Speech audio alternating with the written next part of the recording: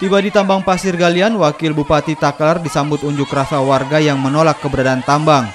Warga meminta agar pemerintah daerah segera menutup aktivitas tambang yang dinilai ilegal dan berdampak terhadap lingkungan.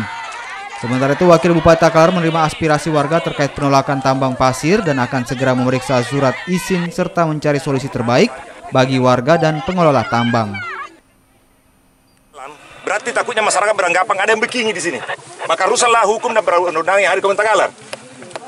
Legal saja, kalau masyarakat tidak setuju, maka ditolak. Nanti kita rapatkan bersama dengan tim Forkopimda, termasuk mungkin tim provinsi, supaya jelas di sini.